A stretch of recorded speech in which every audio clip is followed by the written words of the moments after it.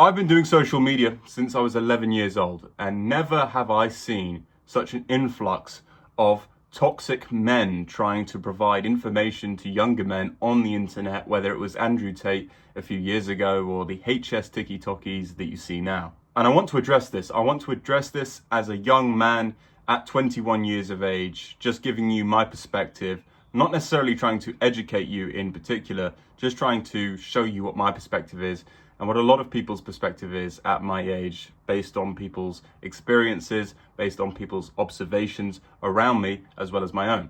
Never have we seen women so liberated. Never in the Western world, the USAs, the UKs, have we seen women have as many rights as they have today, and rightly so. It's an incredible period of time, and a lot of people don't realize how lucky they are to live in this current generation. However, there's a divide between women and men that is the most significant it has been for years. It's actually quite shocking, and when you look at it from the outside without no real context, it's very confusing and it doesn't make much sense to most people. But there is one answer for this, and I think we all know it's this. It's social media.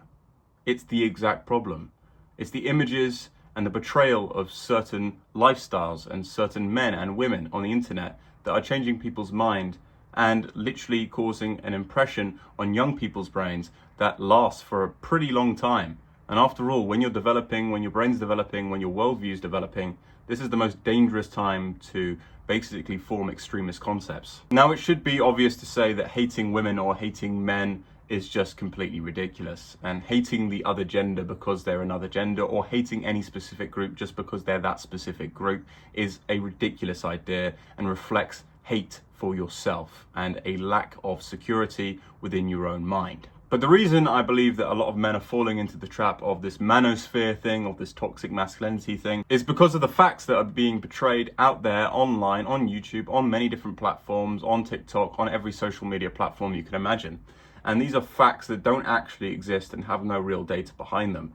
Also, opinions included. Some of these facts include that 99% of men on dating apps can't attract any women. Essentially, only 1% of men can attract all of the female attention on dating apps.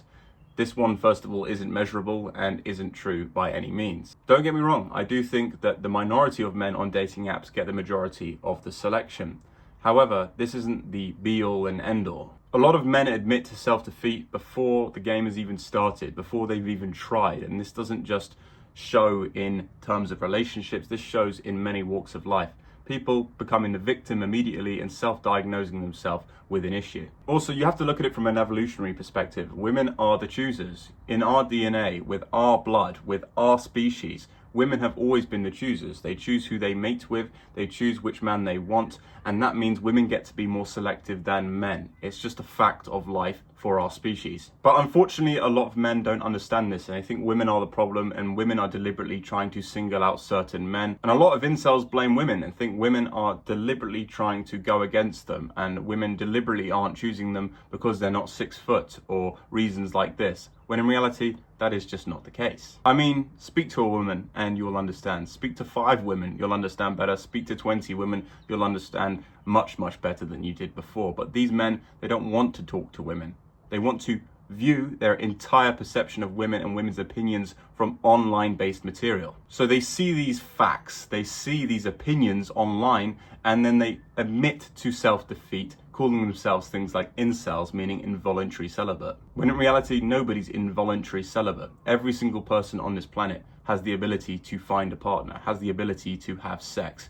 And that is exemplified in so many cases with people who have so much less than the average person. Yet these incels have the greatest foundations, normal lives, and they're just not as attractive as the average male, so they automatically admit to self-defeat. It's pathetic, and it's really sad. And the problem with social media is that you don't necessarily control what comes on your feed, your For You page, your Instagram Reels. You don't control that. And, you could just be staring at something for 5 seconds, and then the next minute or the next day, you've got an influx of content that relates to that specific video.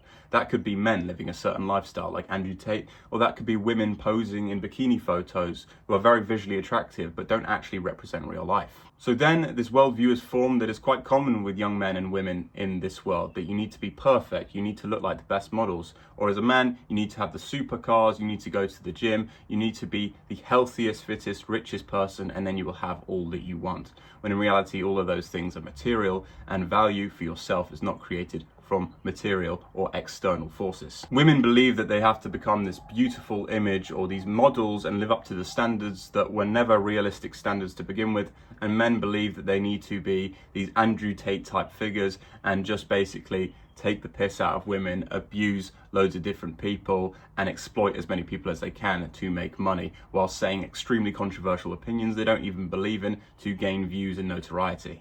What scares me is how easily done this is, how easily men can fall into this trap, or boys I should say, because a lot of men, they don't have real role models, whether that's their father lacking in their life, whether that's friends lacking in their life, and they're looking for male role models. And often the ones that get sucked into the trap of the Myrons, of the Andrew Tates, are the ones who have always had that empty gap, and suddenly they feel like it's been filled, when in reality they're just being exploited and being naive, which is understandable because of their circumstances.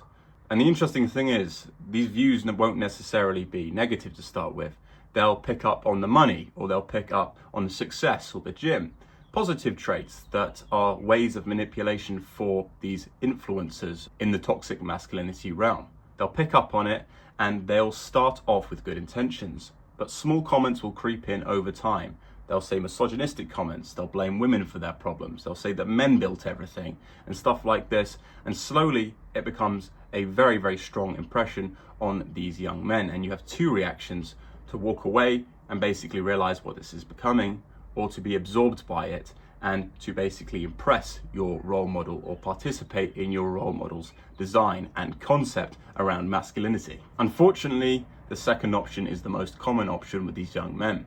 And I know many people, I was even caught in the trap in lockdown when I was a bit younger, of believing this BS, believing that women are responsible for loads of issues with men, when in reality it's just not true.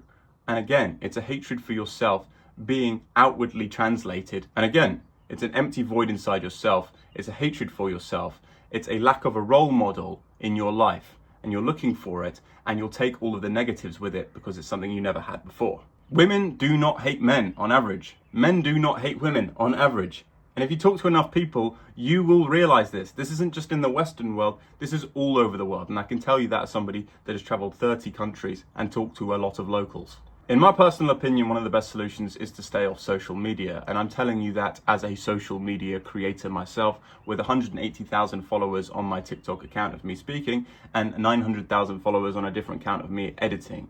Don't consume, produce. But don't produce negative content, because that is where you become the problem, as well as the people who are consuming that negative type of content. Consuming media can be okay, but it is in the minority of circumstances. In the majority of circumstances, for young, impressionable people, social media is a terrible thing.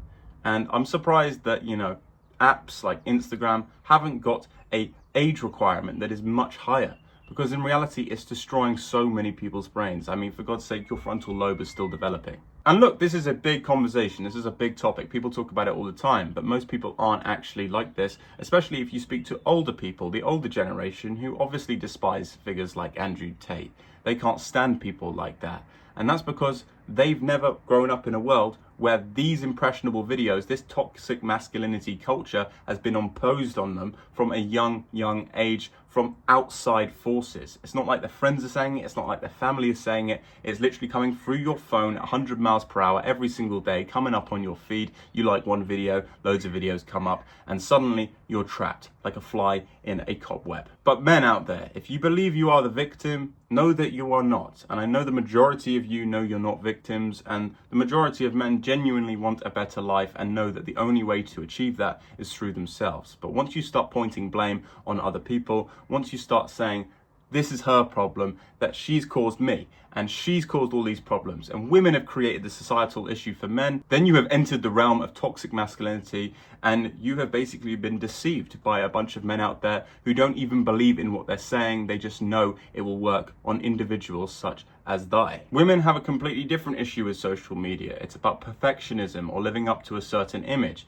and that's another subject for another day. And if you want me to make a video on that, I will happily make a video on that. Comment any type of videos you want me to make around social media and the realm of the manosphere and toxicity in this realm. But overall, I just wanted to convey how negative the message of toxic masculinity is, why it happens in a brief way, and how we can actually get past it. We need to avoid social media. We need to stop consuming whatever we hear and taking everything for fact when they are just opinions or data that has never been researched or checked. And we need to stop listening to data that is completely inaccurate, has never been checked, and you've never even checked it yourself. Because obviously, if you want to know facts, if you actually want to know the truth about men and women and the statistics around that in society, then go and do your own research. Don't take Andrew Tate's word for it or people as such. There you have it. That's a quick video on toxic masculinity in the modern day. Please like, please subscribe, and please hit those post notifications so you never miss a video. We have just started on this account. I'm going to make weekly uploads, maybe even twice a week, maybe even 3 times a week, depending on how the growth goes on this channel, talking about societal issues and the life of a young man. Thank you for watching, and hopefully I can see you next time.